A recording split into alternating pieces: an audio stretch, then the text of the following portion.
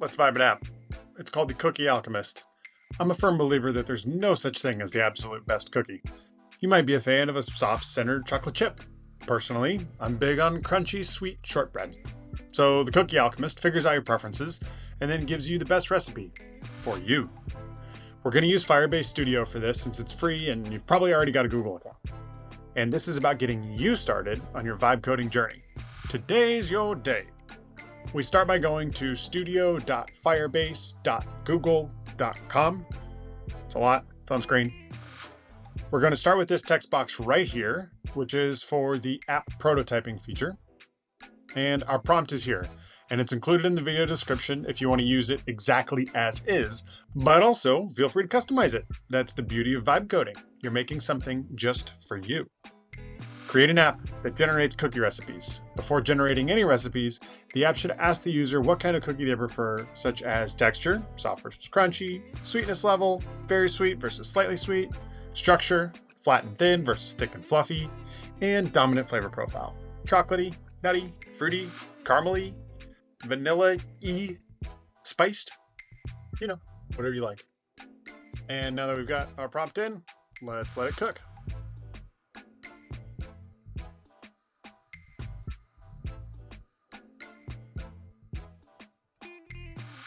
All right, so first things first, it came back to us with what's called an app blueprint. This is really, really important and something that a lot of vibe coders look past, especially when they're first starting out. There seems to be this impression that when you're vibe coding, you can just put in 2 sentences and it should spit back to you a perfectly, functional app that does everything you want it to. And that's simply not the case. Even in real life, let's say you were talking to one of the best software developers in the world and you wanted to build this app. If you told just some person, hey, build me an app for cookie recipes, and I want it to be just what I want, to make just the kind of cookie that I want, they would probably sit down. They wouldn't even touch the keyboard for, an hour, because they'd have so many questions for you about how are you going to use it? Who is it for? How do you want it formatted? How do you want it designed? They're going to have just so many questions for you, right? And that's a good thing, because they've learned over a whole career that the best way to build the right app is to make sure that you have the right plan to start with. They aren't going to sit there and spend a bunch of time building stuff just to deliver it to you, and then you go, oh, this isn't at all what I wanted, right? It's best to get those things sorted out early on. So I know that, it can be tempting because it's like, oh, it's supposed to just take 5 minutes to build an app. And it still is only going to take you a few minutes, but take those extra couple of minutes early on and read the blueprint. Read through the app blueprint. Make sure that you are aligned with what it's going to build, because these things, it's not just a matter of wasting time. What it is once it gets started down a path, it can be very, very difficult to come off of that. And that's not just for AI, that's for people too. It's for all of us. So the better thing to do is take your time up front, plan out what you want, make sure that what you have a view of, or what your vision of this app is, aligns with what it's trying to do. And that way everybody's going to be happier in the end, right? So I'm actually going to take a minute and read through this app blueprint to make sure that it's doing exactly what I think it's going to do. And if it's not, then I'm going to make some changes. So we'll see.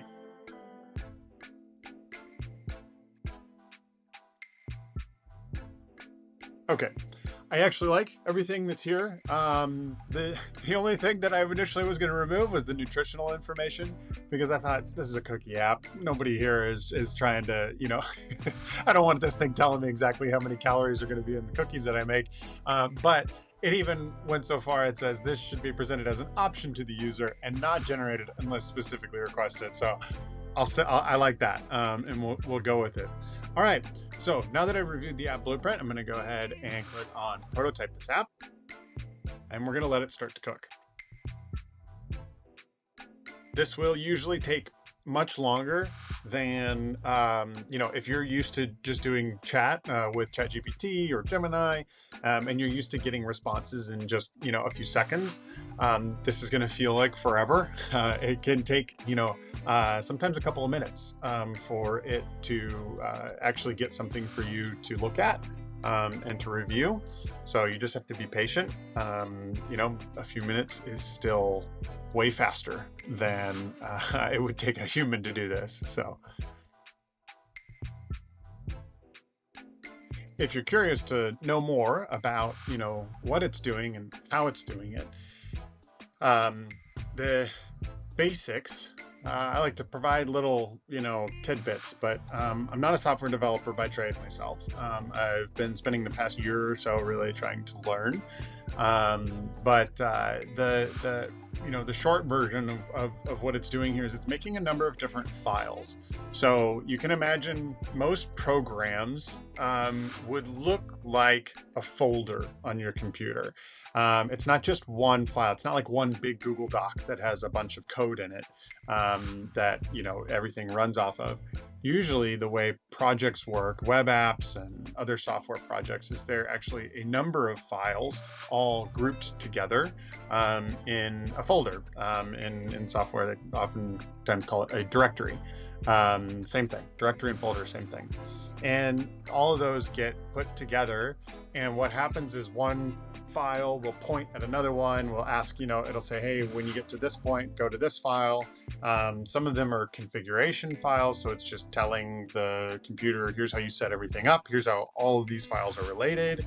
There's a lot of different files that are pulled together. So what it's doing, and you can see here, the file changes, is it's telling you all of the different files that it's editing. And sometimes it'll show you kind of what it's doing here. Here, it looks like it's importing some fonts. So that way it's styled correctly. And you can see all these other files that it has created and edited. So that's what it's doing right now, is it's planning out what are all the files that it needs, and it's actually going through and creating those files. All right, and it looks like it's about to give us the first render, the first pass, first draft, if you will, of our app. Oh, actually, I looked past it right down here. It says it appears that your app needs a Gemini API key. So makes it super convenient. I just got to click a button, auto generate, boom, and done. If you already have a Gemini API key that you want to use with this, then you could just enter it there. But I don't. I want to use a new one for this project. And look at that. We have our first draft. Wow. I have to say, it looks basic. Don't get me wrong. I would not expect, you know, if somebody was like, hey, I've got this brand new startup, check out my site, and I pulled this up, I'd be like, But for first draft of something that I just put a couple of sentences in, and, you know, I don't know, 2-3 minutes later, you know, it's giving me this, is remarkable. It still blows my mind that it's able to do something like this, and it's potentially even functional. Let's find out. We're going to go through and try and fill this out. As I said, I tend to like sweet, crunchy shortbread, so let's see what happens when I put that in. So cookie texture, I like crunchy. Sweetness level, I like pretty sweet. Cookie structure, let's do flat and thin. And dominant flavor profile, I like vanilla. All right, and let's conjure my cookie recipe. Mix ingredients, vanilla sugar crunch cookies. Wow, okay. Got all our ingredients there. And it looks like a pretty cohesive recipe. It's hard to know unless you know, unless I would actually make it, but it looks pretty good to me. Wow, okay. Let's see if we can save it. Recipe saved. Let's go back to our saved recipes.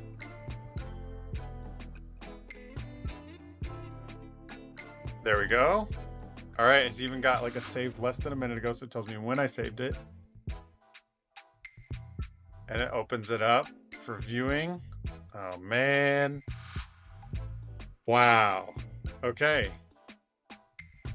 Now let's try something different. Let's do a soft slightly sweet, flat and thin, chocolatey.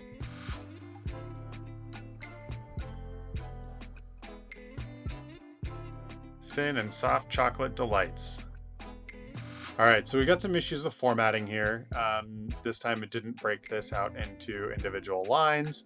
Same thing here. All of our instructions are just kind of grouped together in one big block of text. So that's not ideal. But let's check our saving feature again. Let's hit save. Let's look at our saved recipes. And there it is. Now let's see if we can take it back off. Delete recipe. And that works. And we've even got this nice little confirmation modal down here, a little pop-up that lets us know that, you know, whether we saved something or deleted it, that it worked, which is really nice. I can close that out. Okay, and it's ready.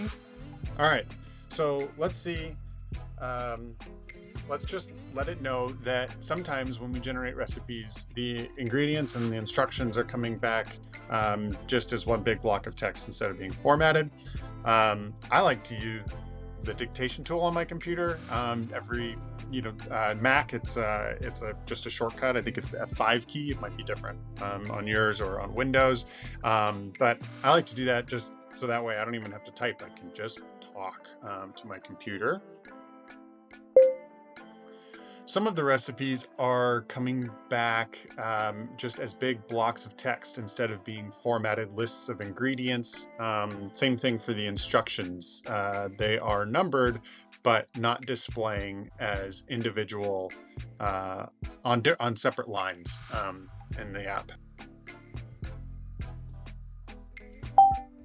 And there we go. It doesn't have to be perfect. This is something that these AI tools really excel at, is getting the intention behind what you're saying and not at all worried about formatting and spelling and grammar.